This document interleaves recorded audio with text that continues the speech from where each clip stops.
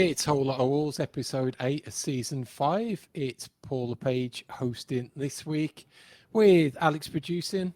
Hey, Paul. Hey, guys. Danny on the socials. Good evening.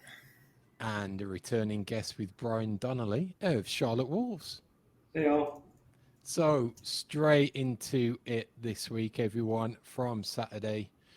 2-1 loss to Liverpool. It was a goal from Konate in stoppage time of the first half. Equalised by Outnuri on 56, but it was a Mo Salah penalty on 61. That was enough for the visitors. So, firstly, Brian, we'll start off with the lineup. And regardless of issues during the week around availability and then some illness within the camp, there was no Dawson whatsoever in the squad. Alfie Pond was on the bench.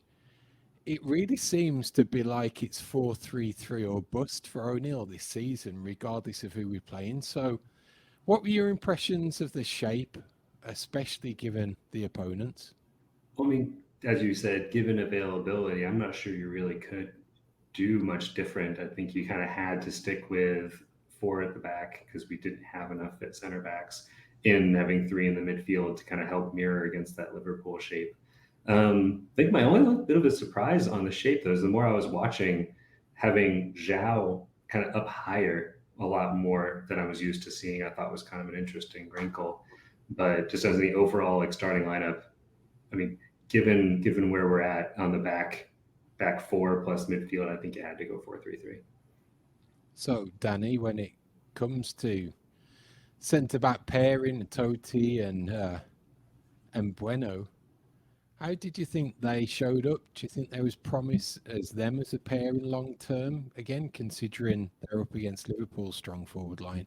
Yeah, I was pleasantly surprised. I mean, first of all, like Brian said, I think that's kind of all you could do. And I was actually expecting a lot worse when we heard about the virus going through the camp. I was ready for like Dawson to be out, Cunha to be out, like one that you wouldn't expect to be out. It's just like we actually got off rather light, I think, and it made me wonder if anybody was out there playing well sick.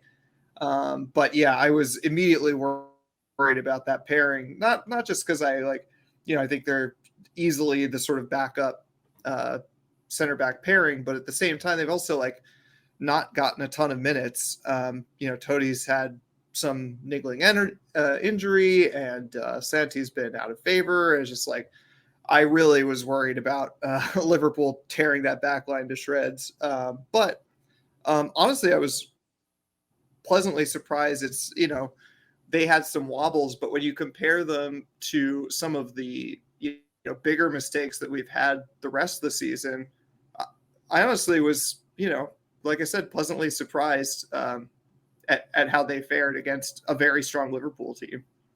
Now, Alex, what about fullback? Maybe pretty solid as far as Outnuri is concerned, especially, again, coming up against Salah. But do you think there's somewhat questions over how Semedo did? Yeah, I think so. It certainly wasn't one of his strongest games. And unlike Aït-Nouri, who you could always bank on having maybe his best defensive game against Liverpool and against Mo Salah, maybe there's something to them both having the short hair now. They always kind of have to be in lockstep with the hairdo. I mean, I don't know. I guess it didn't jump out to me on first watch that Semedo was particularly bad. I went back and rewatched a bit of it, and I guess you could make the argument that defensively, all in all, they might not have been as solid all the way around. Like there were a lot of chances that Liverpool had that on another day they oftentimes will bury, and many different people I think were at fault for that. But overall, yeah, it wasn't the usual, kind of like lockdown defensive performance that we've grown accustomed to for Nelson Semedo. But I mean, look who he's playing against, right? Like Luis Diaz is on an absolute tear, and has been great all season for them. You got Jota running around in the middle, causing all kinds of havoc. It's just a big ask, and I'm in a way just kind of happy it was only 2. It was Jota, even to be lucky, even to be on the pitch at that same time.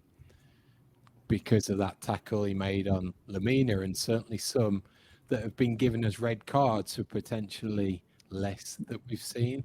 What do you think about Mr. Jota? Yeah, actually, I rewatched the Bruno Fernandes tackle that happened today as well. I got him a red, and it looked pretty similar in a way. When I rewatched the Jota tackle, I think we would have been pretty pissed if Lamina had done that to Jota and gotten a red. And I think it felt like a strong yellow. There wasn't a lot of intent.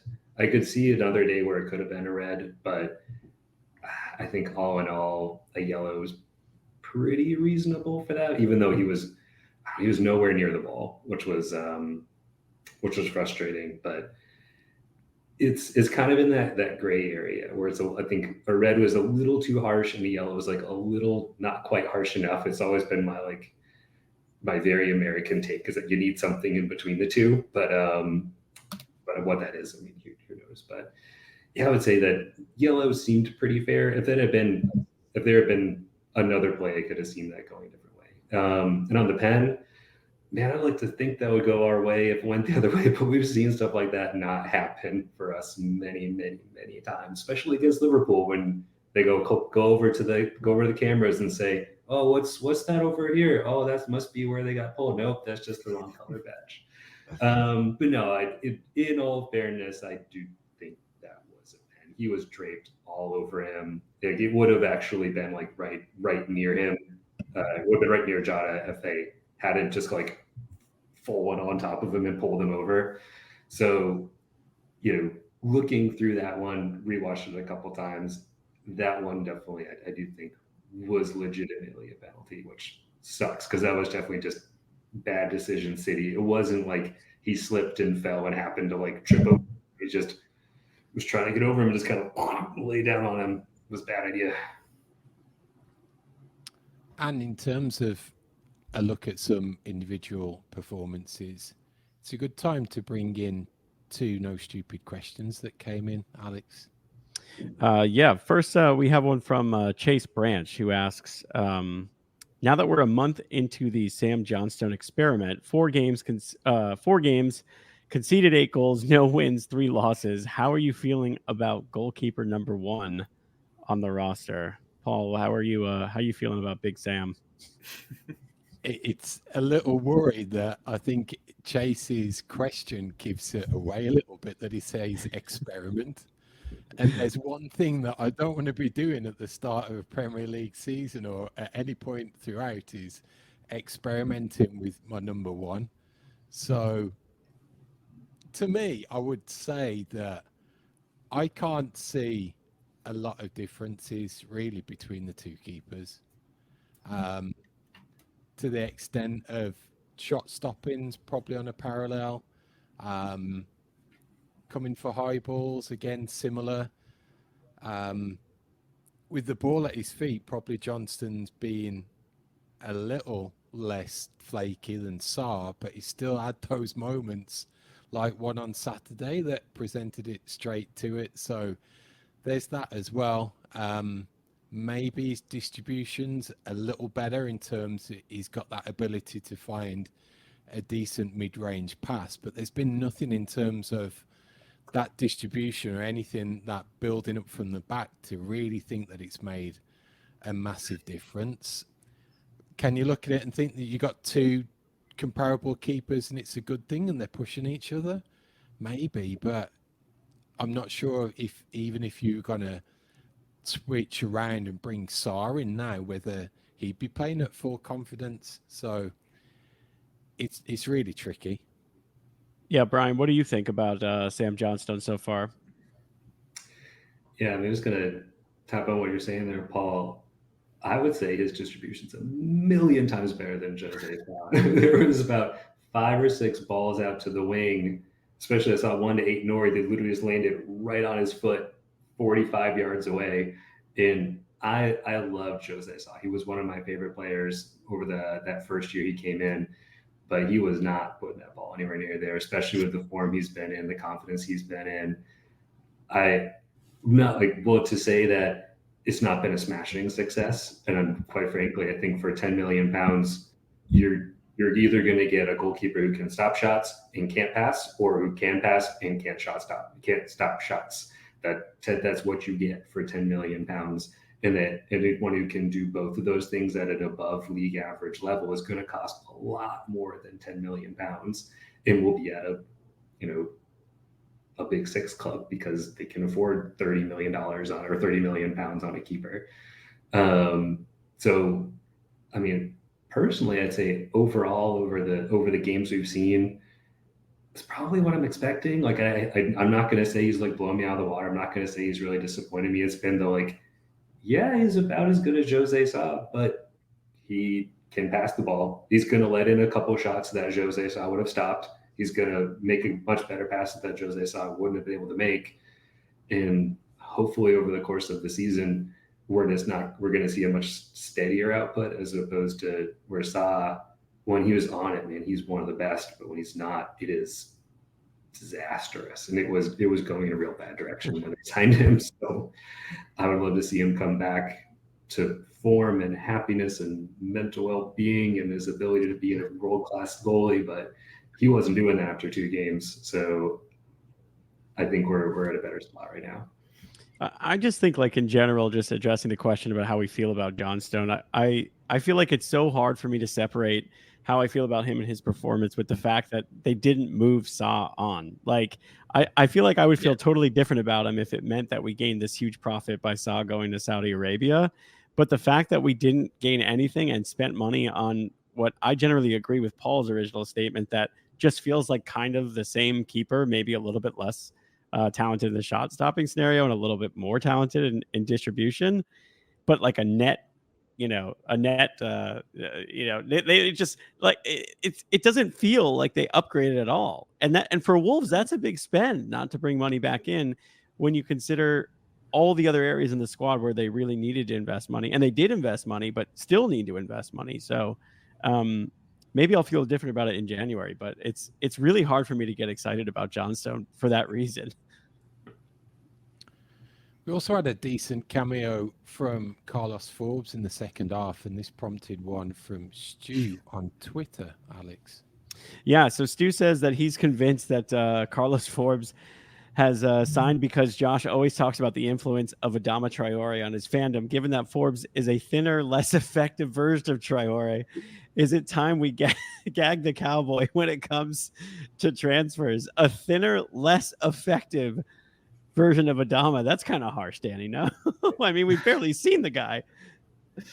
Yeah, I guess time will tell on that one. Although, it's too bad Josh isn't here to deal with this one himself. But, as we know, Adama's had a bit of a renaissance down at Fulham.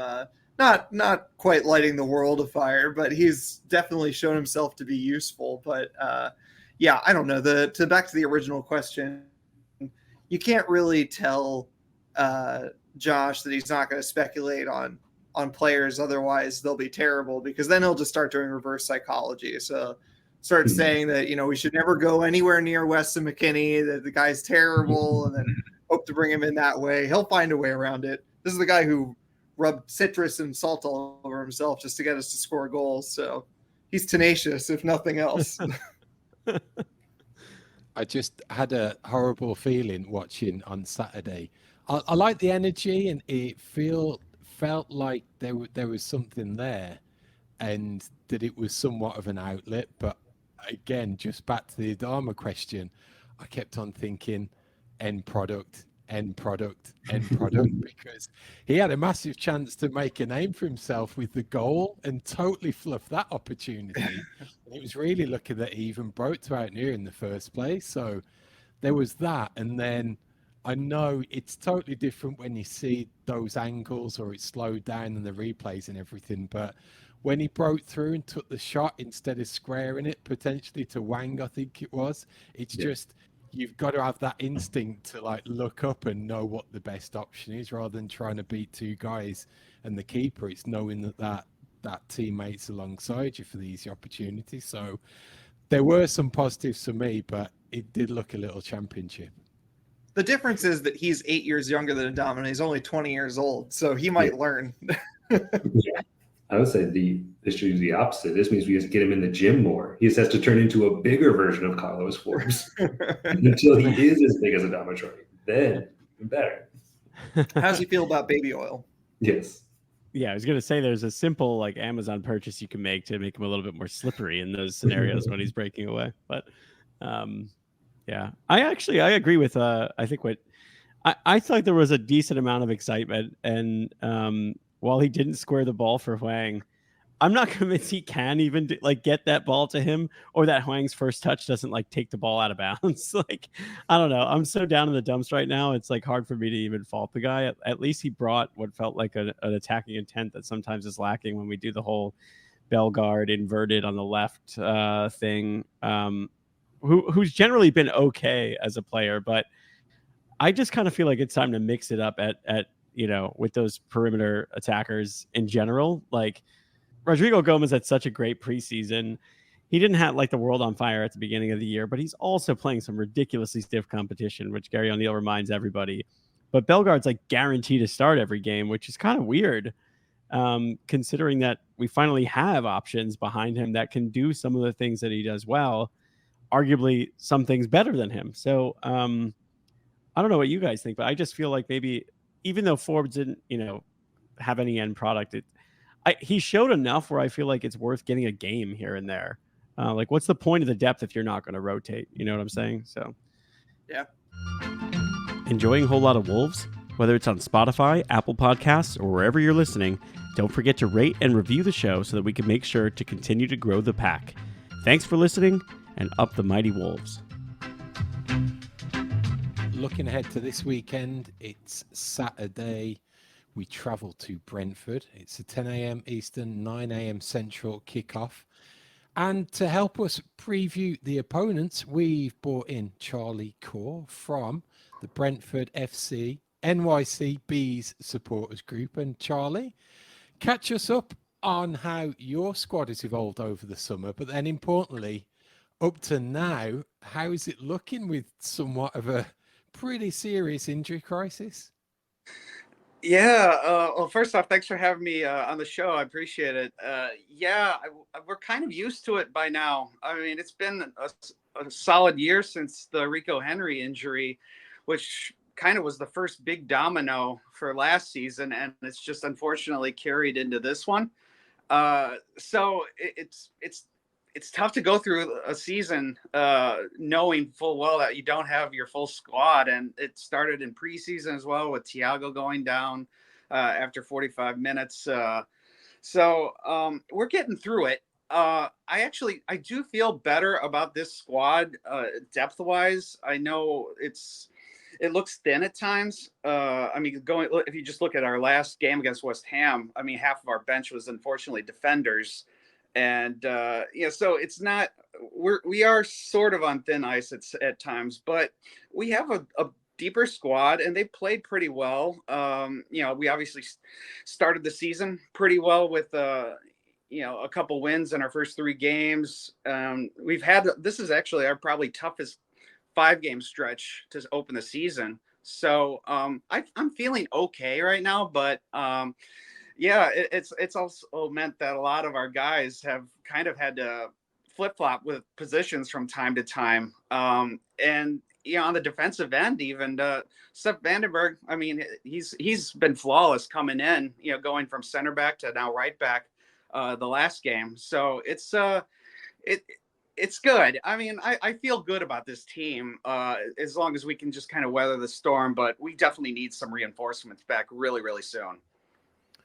As this week plays out up until the fixture, how do you think you're going to come together, both in terms of shape of the team and likely lineup, being that you'll be the home team on Saturday? So our lineup, we'll be at home, so we'll definitely go with a back 4. We've kind of altered a little bit. Sometimes 4-3-3, 4-4-2. It certainly depends on who we've got in the lineup. Last week we didn't have Christian Norgard, our captain, in the midfield, so that probably changed the thinking a little bit. I think our defense is going to remain unchanged against you guys. Flecken in goal, And then from left to right, Ayer, Pinnock, Collins, Vandenberg on the right.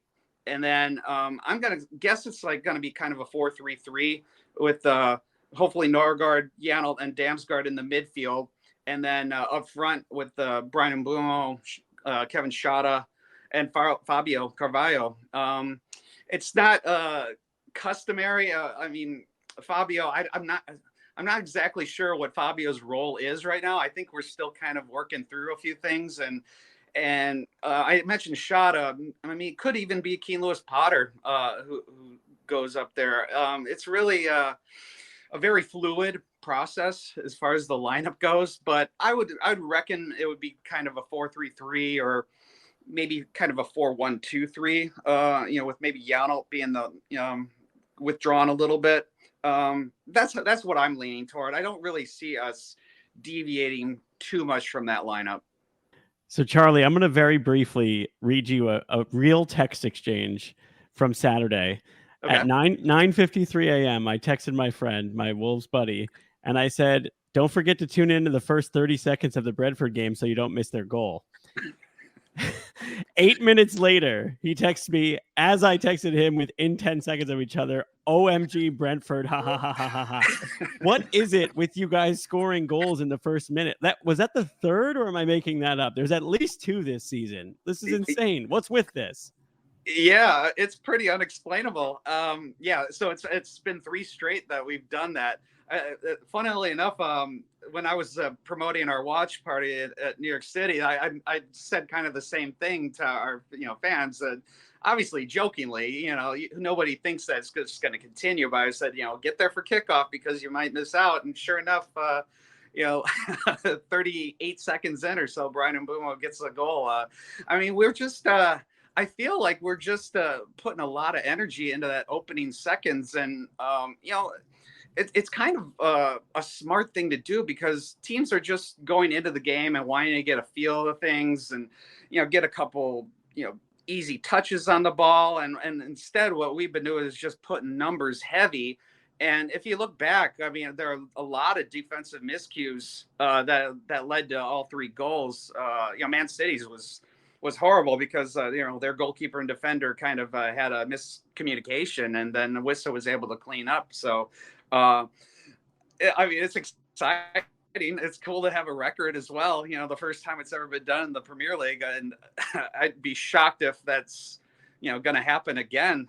So I mean, it's a nice little thing in the record books, but we also have to follow that up too. I mean, we only got 1 point out of those 3 games. I mean, that's it's exciting for the start, but afterward you have to back it up.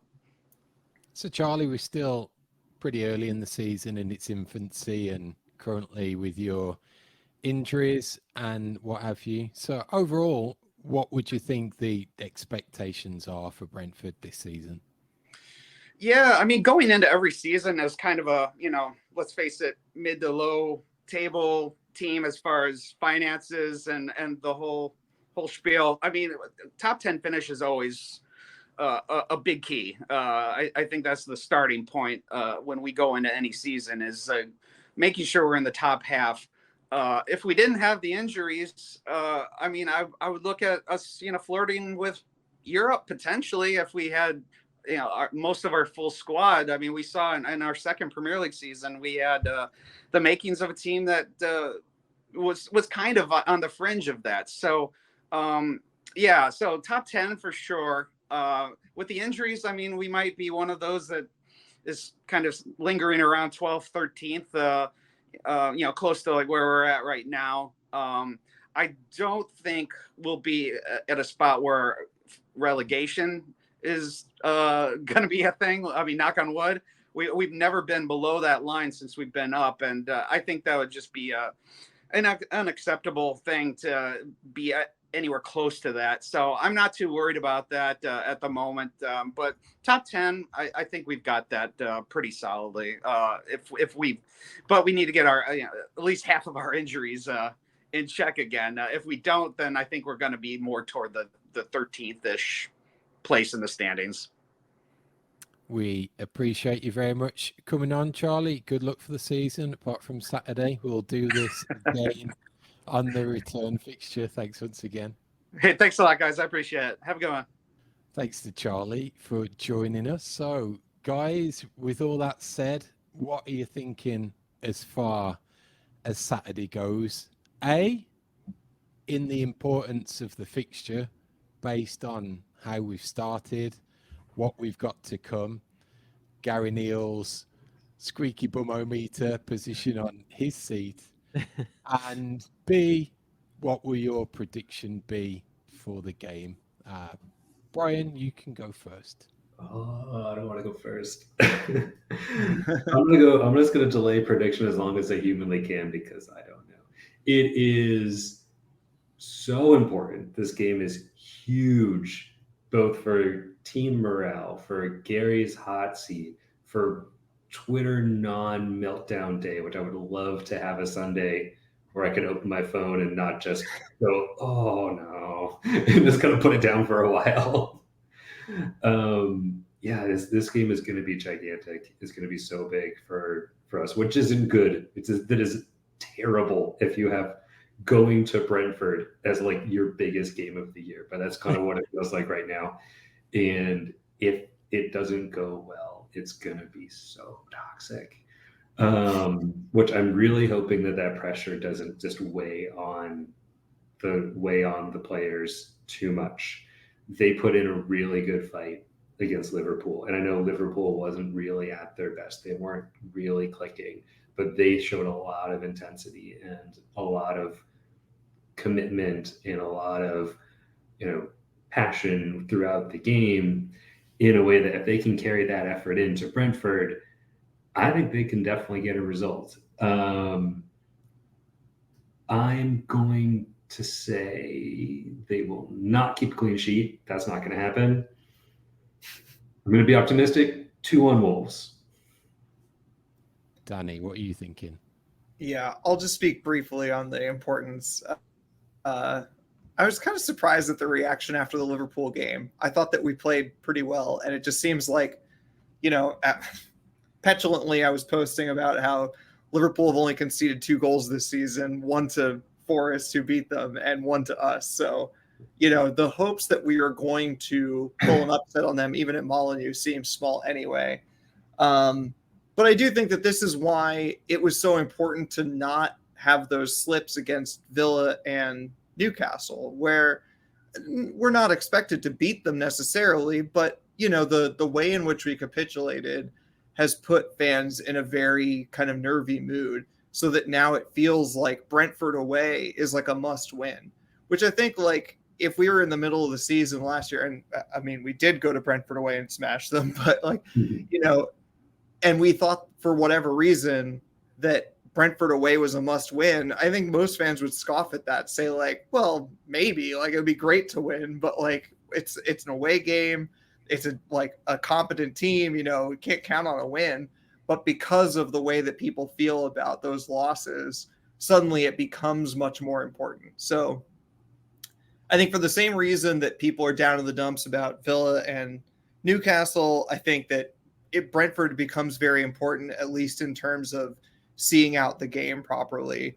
If we can go there and be happy with our performance, even with a loss, I think that hopefully the more calm heads will prevail, that, it's a tough place to go, and we might not necessarily pull something off that's going to make us all feel amazing. So that's a long way to say that I still expect us to have some problems, just like Brian said. I can't see a clean sheet coming, which is really frustrating. And also, I was putting in the group chat that Brian Buemo has scored 5 goals in 6 games, and he's only failed to score against Liverpool and City. So that doesn't make me feel great. But I have him in my FPL team, so he's not going to score against us. So I'm going to be I can't decide whether to be optimistic or not. It's killed me so many times. I'm going to go 1-1. I think that's the prudent score, but my heart desperately wants a win, just like Brian. I want to have a good day the next day. Yeah, I'm going to We've got a lot of 1-1s. I saw that Todd from Minnesota Wolves said 1-1 earlier as well.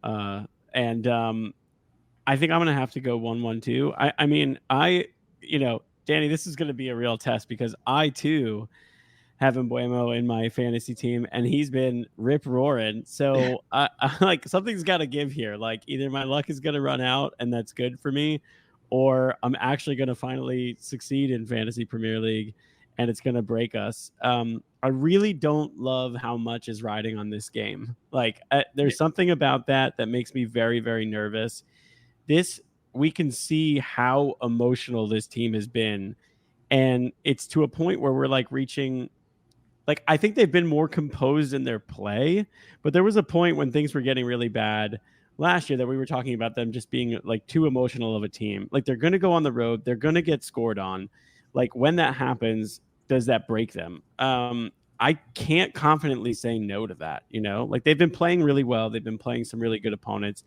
I hope they carry that into this. But I just there's no way I just can't say in good faith that they would win right now, just given the rut that they're in. So I'm going to go 1-1 as well. I think that, it's not the worst thing, again, on the road against a good team. I mean, like Brentford have gotten some pretty solid results and I always think about the way we think about a game, but think of how Brentford thinks of this. They're like, we need to beat Wolves. They're rock bottom. This is an easy chance for us to get 3 points at home and try to push into the top half of the table and really kind of figure out, is this going to be a European push this year, like Charlie said earlier? So, their mentality is going in fearless, and our mentality is going in our whole season can crumble, and that makes me nervous as hell, man. So, I think 1-1 is, in my mind right now, kind of optimistic. Again, I think we're going to get through this. I think at the end of the year, we're going to look back and we're going to say, man, that was really bleak, but we're safe. But yeah, 1-1. I'm going with that. So 1-1 is also the prediction that Joss goes for, and he shared updated standings as well with our prediction league. So it's a tie at the top, a whole lot of Wolves tie with Alex on 6 and Danny on 6. Guests are in the third place with 3. Josh himself is on 2, and I am repeating the form of the Wolverhampton Wanderers because they've got 1 point and so have I. So there we go. And Saturday, it's it's a tough one for me because it feels like it feels like a loss is just going to be that continuing spiral downwards, in that we've got another international break for it to stew. Then we come back and we've got Man City at home, so there's going to be no expectations out of that one. So I really feel at that point, if we go into this one and lose, go into Man City and lose, the pressure from that point onwards to turn it around is going to be off the chain. So that's the worrying side for me, that we are caught in this trap a little. I'm just going to hope that it is the turning point, and for whatever reason, being away from home gives me some slight comfort that the pressure's off a little. We've got elements of our game that can suit more of a counter-attacking style. Again, I'm desperate for this to be turned around, and like Alex mentioned, looking back at the start of the season and thinking how bleak it was, but look how well they've done to turn it around. And if only we'd picked up some points at home against Newcastle and maybe a draw at Villa where we could be. So for me, I'm worried, but I am going to put on that happier face and think that it has got to turn at some point. So I'm going to go Brentford 0, Wolves 2. Wow. Yeah. Wow. I'm jumping back in, and I want to say, partly based on the fact that Alex and I are tied at the top, and partly because Paul has completely convinced me that I'm switching my prediction. I still don't believe we're going to keep a clean sheet, but it's going to be 2-1 Wolves, and I'm going to rewatch the highlights throughout the international break, even if they're crap. Those words you're going to say, you jinxed us. You're going to go, we're losing 3-0 now. Paul jinxed us all. Trying to differentiate in the table. I get we got a lot of season to go. There's nothing wrong with being joint top. I'm just trying to be right. Now. All right, I like it. I hope. I sincerely hope that everybody, all three of you, actually predicting a victory, are in fact right. So, yeah. I just can't. I can't channel the optimism, but maybe our listeners with some fun questions can help cheer us up. No Stupid Questions is presented by Esfuerzo Wines. Located just north of Santa Barbara, California, Esfuerzo Wines showcases passion and 3 generations of winemaking in every bottle. So whether you're celebrating a Wolves victory or winding down after a day at work, let Esfuerzo Wines transport you to the heart of California's wine country with every sip. For a limited time, head to esfuerzowines.com and use the promo code WOLVES for a 15% discount on your wine purchases. This message is intended for those of legal drinking age. Do not drink and drive. Excessive alcohol consumption may be harmful to your health. If you or someone you know is struggling with alcohol abuse, please seek help. Esfuerzo Wines reminds you to enjoy their products responsibly and in moderation. All right, no stupid questions. A chance as a listener to chime in with whatever you want to ask relating to Wolves. You could do so on our show's Twitter handle at WLW Pod. If you're watching live right now on YouTube or Facebook, feel free to insert your questions into the chat. And of course, you could always email the show.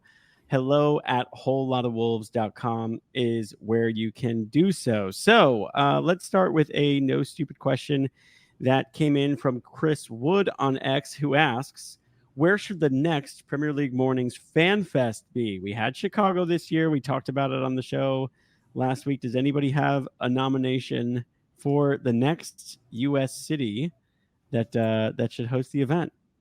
Brian? Charlotte. It's beautiful. It's a nice warm city. Weather's usually good except for last Friday. Don't worry about last Friday. It was fine. Really, it was fine. I swear. Lots of great breweries. So many good breweries. So many good breweries in Charlotte. Great places to watch soccer. Got good food. Got really good barbecue. Got good pizza. Oddly enough, not very good Italian, even though we have really good pizza. It's weird. Not that hard to get around. Huge airport. Easy to get to. Automatic winner. It's a great place to be. He's making his case. Danny, do you want to campaign for Baltimore? Or are we happy with the Annapolis preseason game and we're content? And you're like, I'm too exhausted for this. I don't know that they can handle Baltimore, or I don't know if Baltimore can handle them or something. It would be great. I think there are a lot of great places for it. I'd be happy with DC. I'd also be happy with Philly. I think I had a conflict the last time they were in Philly, and it would be really nice to get up there real quick. Obviously, that would be perfect for Alex and I, probably a very similar drive for both of us. But I would accept Charlotte, which is like not too far away, in Eastern Seaboard terms. Yeah, I think our East Coast bias is showing here, but maybe Paul will balance us out. Paul, I feel like you'd be really good at event planning. You have planned the Tex Fest thing before. Have you got a city in mind? It doesn't have to be Houston. No, I think we're getting into like election season and votes and all of that. So we've got to take in the size of the state. Come on, man.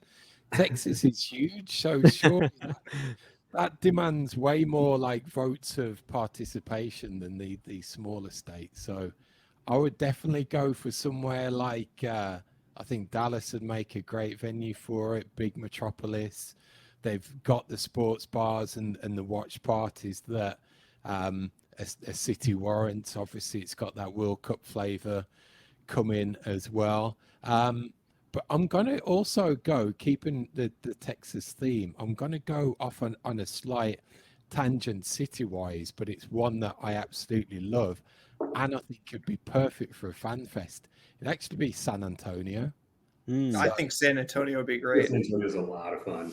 Like a lot of fun, touristy, can handle it. It's got arenas, San Antonio Spurs, so it can handle crowds and things like that. Yet it's not necessarily associated with soccer, but I reckon they've got a captive audience for definite. Yeah. When the last time that, the Twitter account or whoever put out, their obligatory where should we go next after this fan fest, I tried to find like a list of where they've been previously and could not find one. If anybody has one, send it to me at Baltimore Wolves on Twitter.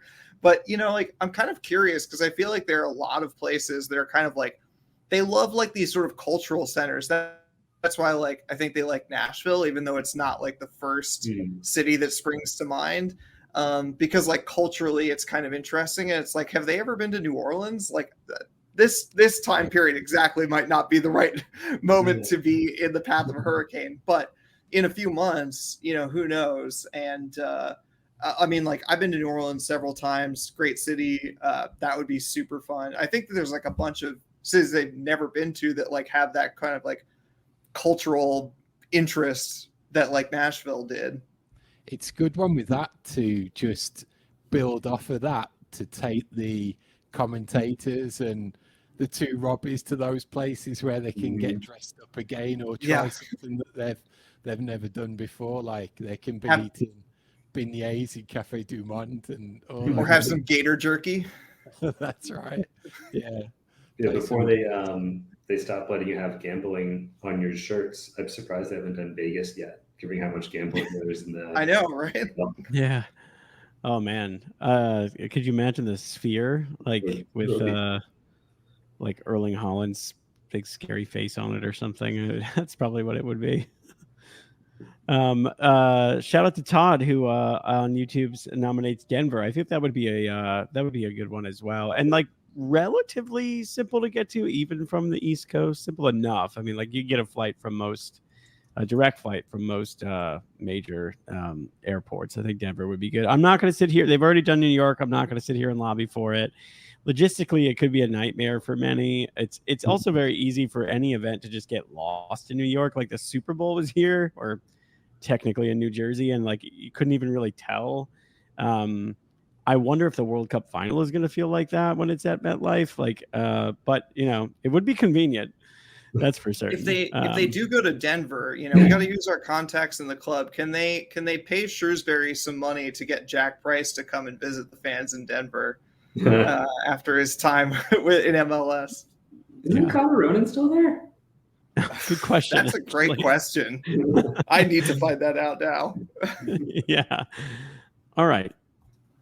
Yeah, I just wanted to ask Connor if he's actually listening. He can type in a comment to let us know what he Todd says in the chat, and I can confirm Connor Ronan is still at the Colorado Rapids. All right. There we go. Let's go visit him. That'd be fun. That would be a great niche guest. I know they love to bring like, you know, some star of yesteryear, but I actually think it would be really fun. I always thought that Connor Ronan was like really well liked within the fan base, despite like not a ton of playing time, you know, and I just think it would be fun.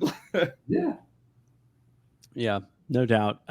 Okay, let's get to a question from Drew in Pittsburgh, who emailed us hello@wholelotofwolves.com. He said, seems like Gary O'Neill was crying out for a true number 9. We were all excited about Cunha playing the 10 and being creative. Now, Cunha plays out wide. He prioritizes looking for his own shot. Jurgen Strand-Larsen doesn't even play with any of the natural wingers who gets subbed on when he's taken off. Do you think that Strand-Larsen is being given enough opportunities to be what they brought him here to be? Outstanding question. Paul, what do you think? Is Strand-Larsen a better fit for Wolves of the past than Gary O'Neill's Wolves of the 2024 season? It seems a little weird, doesn't it? It seems kind of counterintuitive that you've sacrificed that 5 at the back to have extra players attacking the box and having a presence up front, yet sometimes he looks totally isolated. And we've gone from that forward 3 of Cunha, Wang and Neto. Like if the right one don't get you, the left one will, and maybe the one down the centre will if he's not injured, to really Cunha on his own at the moment. That it's a challenge for him, I think. I don't think we're necessarily seeing the best out of him by the role that he's being asked to play. I think for me, to get the best out of Strand-Larsen and potentially the team overall, it's a pretty significant change again from a 4-3-3 into a 4-4-2. Yeah. I agree. I mean, I feel like we might have even hit on this in a previous show, right? But Danny, like, and Brian too, like the whole inverted winger thing. I don't feel like there's a lot of crosses coming into the box, and we finally have a big guy who we feel like might be able to finish some of those. Am I making that up? Like, it's just like we're playing better football. We're probably more creative. I don't really feel like we're seeing just, well, I guess maybe that's because that's the only thing we could do when we had Adama. I don't know. I'm a little confused about that. I mean, a couple things I'll say. One, huge disclaimer here. I'm no tactico, et cetera, et cetera. I will say that, like, I understand and I would like to see a little more experimentation when it comes to, like, if it's not working for us, then let's just try something different. If you can get some players on that can put some crosses in, because, like, I really like what Larson has been doing. I think he's been honestly doing a great job in some of these games, and the way that we scored that goal against Liverpool, shows his strength in a lot of different ways, where he can be tenacious and he can be, pressuring and providing assists potentially and that kind of thing. But it would be nice to see, like, okay, this thing isn't working. Let's bring on, your Rodrigo Gomez's, your Sarabia's and whatever, and try to get some balls in the box for him to work on. But the other thing is, I'll say, we're all very familiar with how tough our fixture list has been for the first several games. And we've scored a goal a game, basically. And I hope, and I wonder, will we end up scoring, more freely against the so-called easier teams? I hope so. And so it's like, it feels very much like, oh, he's wasted. We haven't scored enough using him and whatever. But it's like, we've been scoring a goal a game against Arsenal, Chelsea, Liverpool, Aston Villa, Newcastle, teams that are, like, very good, and we might struggle to score against any of them on a given day. So I'm still hopeful that we're going to see more out of him and that partnership. I guess the way I would approach this question too is, and I know it's about offensive production and the way we play with the ball, but I just don't know that even with Andre, who I think is a great player and is supposed to shield our back line, that we're conceding any fewer goals. So if we're going to concede a ton of goals anyway, playing a back four, I would almost rather do it with Andre, Lamina, like two of Andre, Lamina, and João playing, and then Cunha could possibly play that real 10 role instead of then, like, Lamina or João sometimes playing, assuming that role. Because, like, it's not exactly like we shut up shop just by bringing in Andre. So if we're going to just try to play that way, let's try to win 3-2 instead of lose 2-1, right? Like, I don't know. Maybe that's, like, too reckless for a team that is currently in a relegation scrap at the beginning of the season, which I don't know if it's fair to call it a scrap, but, and bring an extra attacker on. That's how I would approach it. But I think that could also be more of a renaissance of Bellegarde as well, that he's that Right. more advanced midfield player that if you're going to play two together of Cunha and Strand Larsen, then he's there or thereabouts as the 10 or certainly an advanced 8. And maybe that's where we get the best out of his game, because we've seen flashes, but it doesn't seem to be effective in this 4-3-3 currently. also, shout out to your boy Tommy Doyle. Can he get a start? Like, come on, maybe a game like this where we probably should have way more of the ball and should be looking to be a little bit more on the front foot. We'll see Mr. Doyle. One of the things we loved about Tommy Doyle, at least in the preseason, was he certainly seemed like the future captain of Wolves. I know that was Paul's big call. But speaking of captains, let's just hit on this before we wrap up. No stupid questions. A stupid question from none other than Baltimore Wolves, our own Danny Paletti. But you're monitoring the socials, and I feel like this is a major talking point on social media. Is Mario Lemina too emotional to be the captain of Wolves? Of course, if you haven't seen it, he was in tears after the match, really left it all out there. I don't know how to approach this. I guess I would maybe kick it off, Brian, with you. Could you argue that Lemina is not captain material based on his emotions so far this season? I I'd argued previously that his emotions are what made him captain material. Like there were plenty of times when we were complaining about Kilman being too robotic and not firing the guys up and just being like, "Oh, I guess we're just gonna go play soccer now." Like his emotions are his passion, and the fact that it got too much for him at the end, I don't think makes him less of a leader. Sometimes I think it can make him more. I know you see a lot of that, like, oh, you got to toughen up, Buttercup. Oh, it's it's a professional. You got to be able to handle it. He's trying his best, man. Like I personally, I do not think it's a talking point. I don't think it's a big deal. I think it shows his commitment. It shows his passion. I think it shows that he cares. Like he wants to win. I think probably most of people would have preferred he go and like punch a water bottle and scream expletives and be like, "I'm a tough guy who's mad," and you're like, "That's a different kind of emotion. It's still emotion. He's still an emotional guy." I think just people didn't like how that emotion came out. Yeah. Great Max Kilman impression, by the way. All right, guys, let's go play some soccer. Dead on. I don't think I look Brooklyn. Paul, what do you think? I mean, you've seen more Wolves captains than any of us. So Lamina as captain. Saturday could have just been him crying in sheer confusion of O'Neill's tactics, and that's been playing centre half. So I think it's a hard one to call, but a lot to what Brian said. Really, you want that passion showing.